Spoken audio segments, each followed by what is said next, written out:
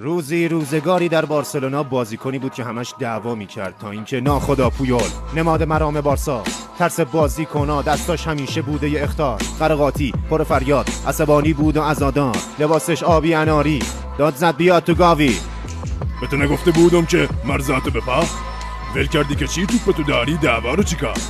گفتم بگی تو پاره بکش دستاتو کنار از توپ یادت گفتم بذار دعوا رو کنار و الا میزنم جفتاتو بالا. پویول غلفم نگو غلفم نکن این زمین کوچیکه خواستم ردشم حواسم نبود. تازه چطور به ما حرام به تو واجبه که بارسا سند گرفته هستن کیشیش دنگشو داده بکن. گابی این باشگاه ناموسته بدری همیشه جاسوسته بچه آخه والله هنوز لپا جابوسته دور میکنی بارسا رو از رسیدن به جامهای فردا باید مونیخ سوقاتتو نگی نذارید کناری دعوا رو.